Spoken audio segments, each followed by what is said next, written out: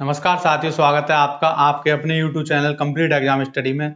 तो जैसा कि आपको पता है कि आपका एग्जाम 21 जनवरी को है सीटेट का, जिसकी तैयारी आप बहुत दिनों से कर रहे थे और अभी भी आपकी तैयारी चल रही होगी। लेकिन उसमें लास्ट टाइम पे सबसे जरूरी क्या है कि आखिरी के 10 दिन आपको केवल PYQ करने हैं। PYQ कौन से PYQ? कोई से वे हों, लेकिन 2023 में जो हुआ था एग्जाम अगस्त में वो, और जो जनवरी में हो चुके हैं वो, उनको अगर आपने 10 PYQ कर लिए और एक एक PYQ आपको करने हैं 2 बार अच्छी तरह, मतलब उसके पैटर्न को समझना है। तो मेरी आशा है कि आप वो कर रहे होंगे। लेकिन उसको करने के बाद भी ऐसा होगा कि 150 नंबर का एग्जाम है, लेकिन PYQ करने के बाद भी मान लीजिए किसी बच्चे पे ऐसा तो है नहीं कि उस पे 100 के 100 सवाल आ जाएं। तो मैं आज के जो वीडियो का टॉपिक है कि इसमें बहुत से बच्चे कहते हैं तुक्का लगाएं। सर जी तुक्का बताइए कैसे लगाएं, क्योंकि हर किसी पे पूरे 90 सवाल या 100 सवाल तो आ नहीं जाएंगे। मान लीजिए उस पे 60 सवाल आए, ऐसे कि 60 सवाल बिल्कुल सिंपल हैं जो उसने कर दिए। उसके बाद बचे कितने सवाल इसमें? 90 सवाल बचे, 90 सवाल ऐसे बचे कि उसमें भी अगर उसके 30 सवाल हो जाएं तो उसका पेपर कैसा हो जाएगा? क्वालिफाई हो जाएगा। 90 नंबर आ जाएंगे उसके, जैसे 60 उसने कर दिए और 30 90 में से 30 तुक्का लगा दिए। तो इतना सिंपल पेपर तो है नहीं ये कि मतलब इसकी भाषा इतनी सिंपल हो कि एक वन लाइनर हो कि ताजमहल कहाँ स्थित है, नीचे ऑप्शन हो आगरा, मथुरा, अलीगढ़, दिल्ली। तो ऐसा तो है नहीं। इसमें क्या है कि क्वेश्चन आपके 2-3 लाइन के होते हैं। उन क्वेश्चन को पढ़ने पे ही आप क्वेश्चन ही भूल जाएंगे कि क्वेश्चन में कहना क्या चाह रहा है। 2-2 बार पढ़ेंगे बच्चे तब भी वो समझ में नहीं आता, उसकी लैंग्वेज टफ कर देते हैं। लेकिन इसकी मैं आज आपको एक ट्रिक बताता हूँ। पहली बात तो ये है कि तुक्का लगाएं या ना लगाएं, इन दोनों में से क्या करें। तो पहली बात है, कान खोलकर आप सुन लीजिए कि तुक्का आपको बिल्कुल भी नहीं लगाना है। ये नहीं है आपने क्वेश्चन ही नहीं पढ़ा, आंसर भी नहीं पढ़े, उसके ऑप्शन भी नहीं पढ़े और सीधे सीधे एक का भी सी डी मतलब कुछ भी तुक्का लगा दिया टाइम की कमी होने की वजह से। क्योंकि पेपर लंबा है, शुरू में बच्चे धीरे धीरे स्पीड होती है उनकी, फिर लास्ट टाइम पे वो हॉपलेस हो जाते हैं कि टाइम खत्म हो गया। इसीलिए आपको जो मैं आज बताने जा रहा हूँ वो काफी इंपोर्टेंट है, जिससे कि आपका ये पेपर अगर बाई चांस मतलब आपके सवाल सही कम हुए, फिर आप क्या करेंगे कि तुक्का लगाएंगे। मान लीजिए किसी पे 50-60 सवाल आए तो वो क्या करेगा? छोड़ तो देगा नहीं, तुक्का तो लगाएगा, पूरा पेपर करेगा, नेगेटिव मार्किंग नहीं है इसमें। अब तुक्का कैसे लगाएं, ये सबसे बड़ी बात है। तुक्का पहली बात तो लगाना ही नहीं है, आपको पढ़ना है। क्वेश्चन बिल्कुल भी ना आ रहा हो तब भी क्वेश्चन को आपको पढ़ना है। मान लीजिए टाइम की कमी हो जाए और क्वेश्चन जो ज्यादा लंबा हो उसको पढ़ना भी नहीं है। मान लीजिए कोई 2 लाइन का क्वेश्चन है या 1 लाइन का क्वेश्चन है, ये 2 लाइन का है ऊपर वाला, ये 1 लाइन का है, इसको तो पढ़ लीजिए आराम से। और कोई क्वेश्चन है, तीसरा क्वेश्चन है, उसमें 4 लाइन है बड़ी बड़ी, तो इसको पढ़ने की जरूरत नहीं है। इसको पढ़ने से पहले आपको इसके ऑप्शन पढ़ने होंगे, ABCD जो भी इसके ऑप्शन है इनको पढ़िए आप। अब इसमें क्या है कि पूरा सीटेट किसके ऊपर है? चाइल्ड के ऊपर। तो चाइल्ड की बात है जिसमें इनमें से कौन सा सही है, तो 3 गलत होंगे उसमें।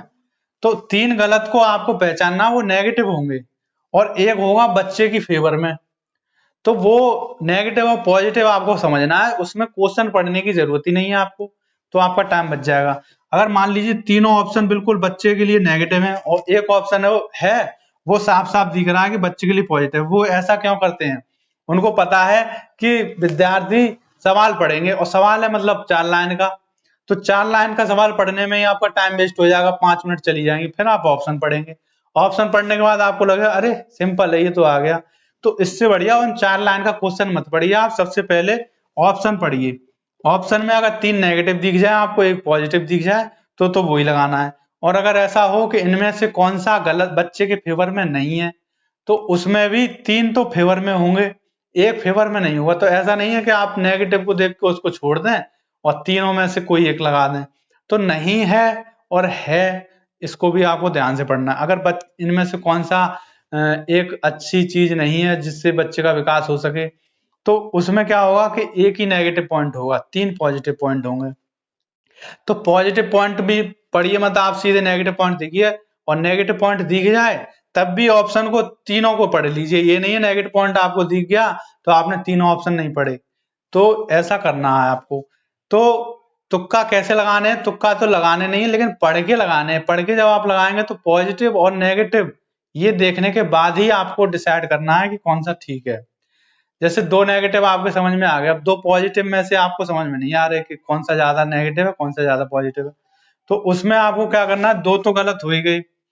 मान लीजिए ए बी तो आपको बिल्कुल पता पड़ गई नेगेटिव है और सी डी में आपको कंफ्यूजन है, तो 50% तुक्का तो आपका चल जाएगा कि इन दोनों में कंफ्यूजन है, तो मान लीजिए आपने सी लगा दिया।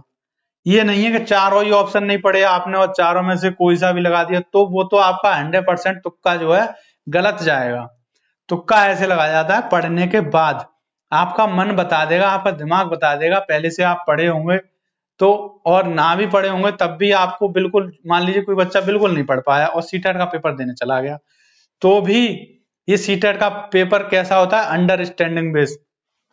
तो इसमें क्या होगा, आपको, आप ऐसा तो है नहीं कि बिल्कुल ही आज तक ना तो आपको अच्छा पता है ना बुरा पता है, बच्चे के लिए क्या अच्छा है क्या बुरा सबको पता है, तो आप केवल बच्चे को ध्यान में रख के उसकी भलाई के लिए सारे नियम बनाए गए हैं।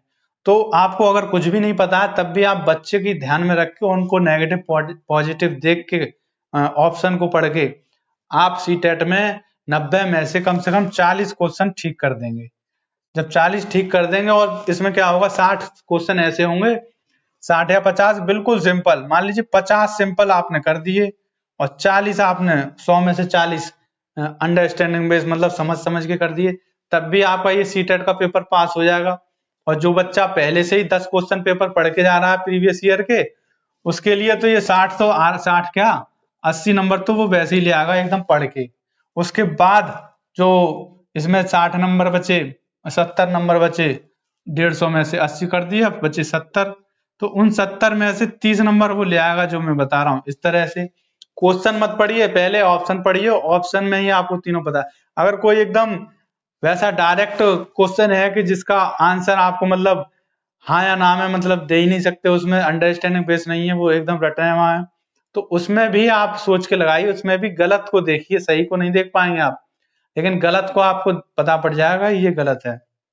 तो उन सबको पढ़ने के बाद ही आपको उस पे आंसर टिक करना, सीधे सीधे तुक्का नहीं लगाना। अगर सीधे तुक्का लगा दिए, किसी ने सोचा कि 10 पे ए लगा दें, 10 पे बी लगा दें, सी लगा दें, तो ऐसा क्या होगा, ऐसे में आपका जितने भी नंबर होंगे वो उतने में से भी कट जाएंगे, वो उतने भी नहीं आएंगे।